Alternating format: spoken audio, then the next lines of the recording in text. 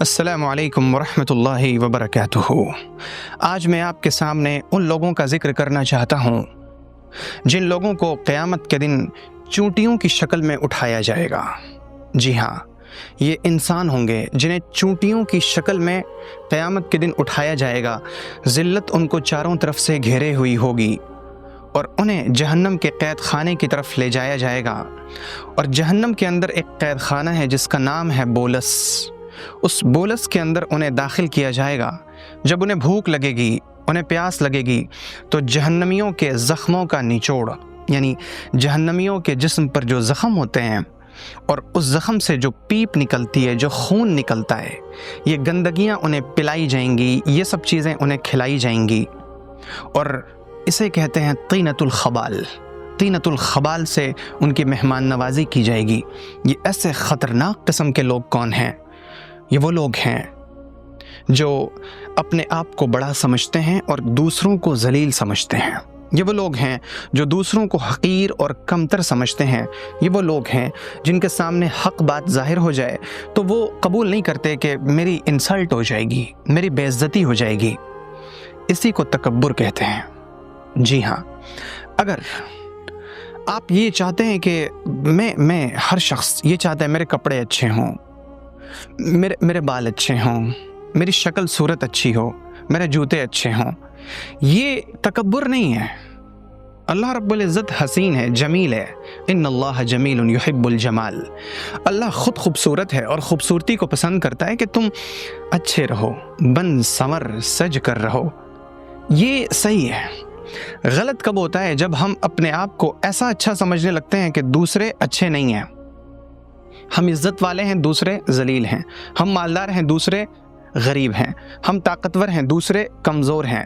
جب ہم دوسروں کو برا سمجھتے ہیں، انہیں نیچا سمجھتے ہیں، انہیں کمتر سمجھتے ہیں، یہ تکبر ہے، اور یہ چیز صرف اللہ کی شان ہے۔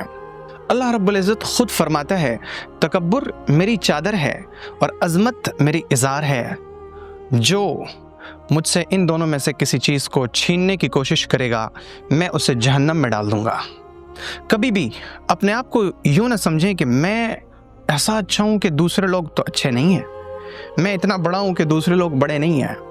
جو آدمی جھک جاتا ہے، آپ کا کسی نے حق مار لیا، آپ جھک گئے، آپ پر کسی نے غصہ کیا، آپ نے اس کو برداشت کر لیا، آپ نے پی لیا، اس کو کہتے ہیں تواضع، جھک جانا۔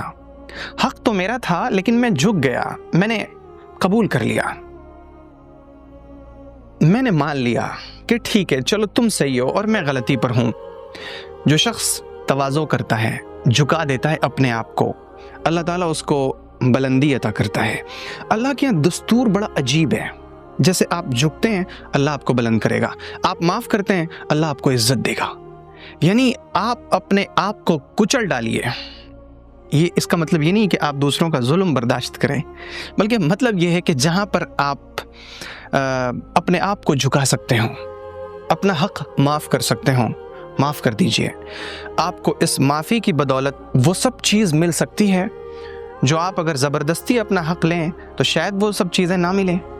اس لیے ہمیشہ زندگی میں بہت سارے موڑ ایسے آئیں گے جب آپ کو لگے گا کہ میں بہت اچھا ہوں۔ اس وقت اپنے آپ پر قابو پانے کی کوشش کریں۔ کبھی کسی کو حقیر نہ سمجھیں، کمتر نہ سمجھیں۔ کیا پتہ کہ آپ جس کو حقیر و ذلیل و کمتر سمجھ رہے ہوں، کل وہ آپ کا مالک بن جائے۔ کیا پتہ کہ کل اللہ اس کو ایسی عزت عطا فرما دے کہ آپ اس کے در پہ جائیں۔ آپ کو پتہ ہے حضرت یوسف علیہ السلام کو ان کے بھائیوں نے کنویں میں ڈالا، اور کنویں میں ڈالنے کے بعد جب انہیں قافلے والوں نے نکالا اور وہ لے کر جانے لگے تو ان بھائیوں نے آ کے احتجاج کیا کہ تم نہیں لے جا سکتے، یہ میرا غلام ہے۔ جب انہوں نے ضد کیا تو انہوں نے کہا کہ اگر تم لے جانا ہی چاہتے ہو تو ہمیں کچھ پیسے دو، ہم لکھ کے دیتے ہیں کہ ہم نے اپنے غلام کو بیچ دیا۔